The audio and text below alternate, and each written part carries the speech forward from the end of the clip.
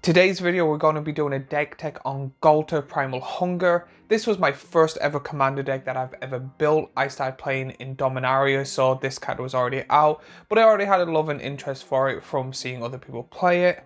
When it comes to this deck tech, it is the version I made. When it comes to these type of deck techs, I'm not planning on making like the best version or the strongest version. It's more, I'm going to be talking about how I built it, and hopefully that gives inspiration for you to build it or build it in a different way, and we can talk about what cards would go good and what cards would go bad in a like Ghalta Primal Hunger deck. If you want to see the deck in its full list, in my link tree in my bio or any of my profiles, you will see my mocks field that has all of my decks, and I think this is called Big Green Killing Machine. So I won't be going through all the cards, I'll just be going through kind of the main and best cards, in my opinion, in the deck. When it comes to this deck, it comes in 3 different sections. There's ramp, big creatures, and then playing and smacking with the commander Ghalta. And here's Ghalta on screen now. Ghalta Primal Hunger. For 10 and 2 green, you get a legendary creature, Elder Dinosaur, that is a rare.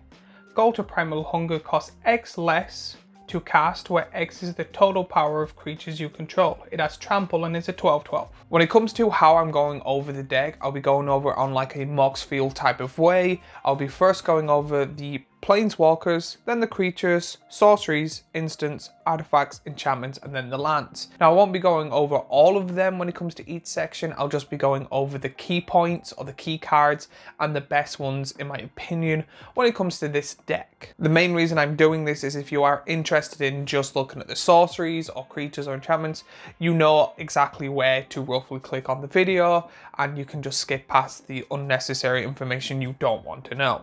So the reason Ghalta is the commander out of any other legendary creature is because I enjoy his ability to kind of half ignore the command attacks. So the whole point is to ram and play the big creatures to play Ghalta for 2 every time. So even if he does get killed, the tax does go by 2. However, his passive ability makes it so it doesn't matter as long as you have enough power on the field to kind of ignore the command attacks and pay 2 every time. The one I showed off is the version that I currently have in the deck. Because I live in Ireland, it takes a while for any of the Magic the Gathering stuff to arrive, so I'm still personally waiting on my Christmas secret layer that had the cereal version of Ghalta, which will be on screen now. I got it in foil and it will be changed to this version of it. The first one I'll be going over is Planeswalkers. There's 4 of them currently in the deck, but one of them is only because of a more powerful way to make the deck or a more useful way. 3 of them are in there just because I like the Planeswalker. It's one of my favorite Planeswalker. It's Vivien. So I'll be going over the Viviens first. So I have Vivien Raid, I have Vivien Champion of the Wilds, and I have Vivien Monster Advocate. I really do like it, and the ones on screen now are the ones that are in the art of the deck. I don't have any of the alt arts of these Viviens in the deck. And the reason I put them in is I took a few Viviens out for more room. However, these 3 Viviens somewhat help the way I want to play the deck. And I do really like Vivien Champion of the Wilds, mainly because of that flash effect. So I can flash in Ghalta to do a block. But if I ever wanted to make the deck more powerful, I would probably take out at least 2 of the Viviens. And then the 4th one being is Nissa, Who Shakes the World. For 3 and 2 green, you get a legendary planeswalker Nissa that is a rare. Whenever you tap a forest for mana, add an additional green. +1, put 3 1/1 counters on up to 1 target non-creature land you control. Untap it, it becomes a 0/0 elemental creature with vigilance and haste. It's still a land. -8, you get an emblem with lands you control have indestructible. Search your library for any number of forest cards and put them on the battlefield tapped, then shuffle your library and starts on 5 loyalty. She's mainly in here. I don't really plus her, I don't really minus her. I if I do plus her, it's just to untap a land and then I tap it again for the more mana, but it's mainly just because of her passive ability that really helps, because I get to tap 1 land to be able to play Ghalta if I have enough stuff on the field. The kind of worst part of having her in this deck is the fact that I need to have stuff to block, mainly because if she dies, pretty much half my mana goes. Now we're on to the creatures. When it comes to those creatures, there's many different types, but 2 are the main kind of types when it comes to this. There are creatures that ramp, and then big creatures. So here are example of some of the creatures in the deck that help me ramp or get more mana. And then there's really big creatures, and here are some of my favorite or the biggest creatures in the deck. It's one of those things, if you are guaranteed to get one of these creatures out in any form of way, Ghalta just costs 2. Now we're on to the sorceries of the deck. This comes in 3 different sections. I'll be kind of showing you the best card of each section. So the first one will be the best kind of ramp card in the deck. The second one is personally one of my favorite draw cards, especially if you have a Ghalta on the field or that massive worm, you're drawing 12 to 15 cards, and it's absolutely amazing.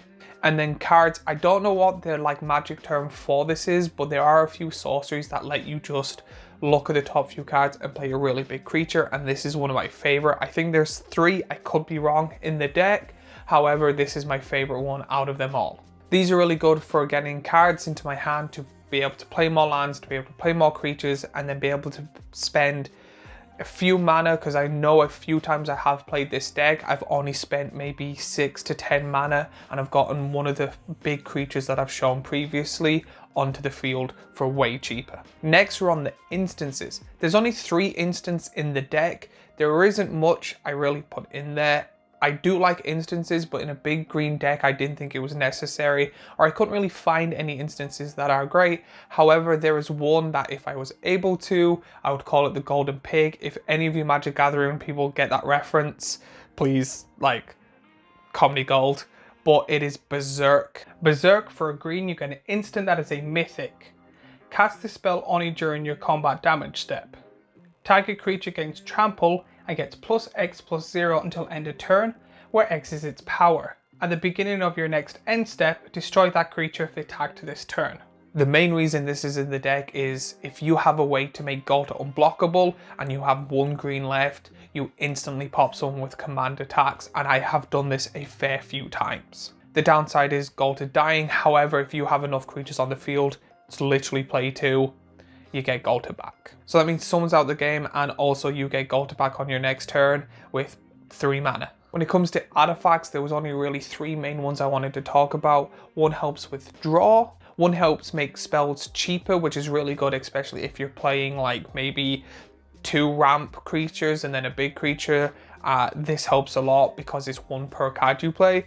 And then it's one of the newer cards, but it is a more cheaper version of, it is more of an expensive version of Berserk, but it is still good because it doesn't kill Ghalta afterwards. I haven't really played it with this new card in, but I've always kind of, when I've read the card, I would be like, I would love to be able to put this on my commander, attack with my commander, and Berserk with my commander. When it comes to the enchantments in the deck, however, majority of them are to power up Ghalta, or if needs be, power up another powerful creature to be able to make Ghalta cheaper. Especially if you have Vivian on the field, it is really good, or a way to have Flash on the field. It is really good to have these cards on the field, especially with Unnatural Growth. Because on your combat, if you have Unnatural Growth and Flash, all your creatures get double the power and toughness, you tap 2, and you're able to play Ghalta during combat. The only downside being is he cannot attack the turn unless you have haste, which isn't in this deck. And then there's 2 really good enchantments that really help a lot, because enchantments I find are one of the hardest things, or one of the things people get rid of the least.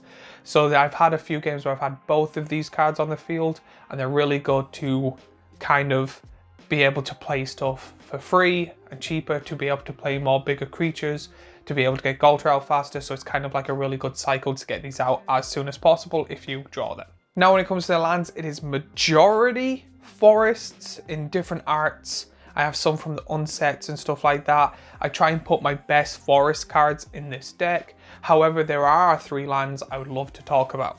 One of them being Reliquary Tower, so if you do end up playing that big green spell that lets you draw 12, 16 or a ridiculous amount of number of cards, you don't have to discard.